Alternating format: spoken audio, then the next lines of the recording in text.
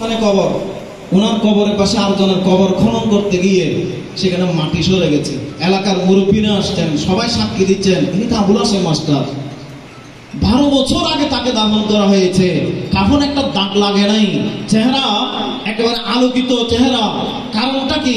কি খেদমত উনি করেছেন, কি কাজ উনি করেছেন? উনি শাইন শাহসিগুলের দরবারের গোলামি করেছেন এবং সেই সাথে যেখানে খতমে গৌসিয়া হতো সেখানে নিজেও যেতেন, ওনার বিভিন্ন সন্তানদেরকে ডেকে ডেকে নিয়ে তিনি খতমে গৌসিয়া শরীফে অংশগ্রহণ করেন। দুনিয়ায় থাকতে সেটা বোঝা যায় নাই। বর্তমান হুজুরকে আমরা বলেন যারা গৌসেমনির খেদমত করে তারা ওলি আল্লাহ হয়ে কবরে যায়, কিন্তু দুনিয়াতে থাকতে যে তাদেরকে আল্লাহ বেলায়েত দান করেন সেটা মাশায়েখ হযরতের উসিলায় সেটাকে গোপন করে রাখা হয়, সেটা প্রকাশ করা হয় না। কারণ প্রকাশ হয়ে গেলে ওনার মধ্যে অহংকার চলে আসবে, প্রকাশ হয়ে গেলে ওনার খেদমত বন্ধ হয়ে যাবে। আমার এক ভাই এখানে উপস্থিত আছেন, উনি আমার দৌলতপুর ইউনিয়ন শাখার সম্পৃক্ত আছেন, আমি জানি। আমার দৌলতপুর ইউনিয়ন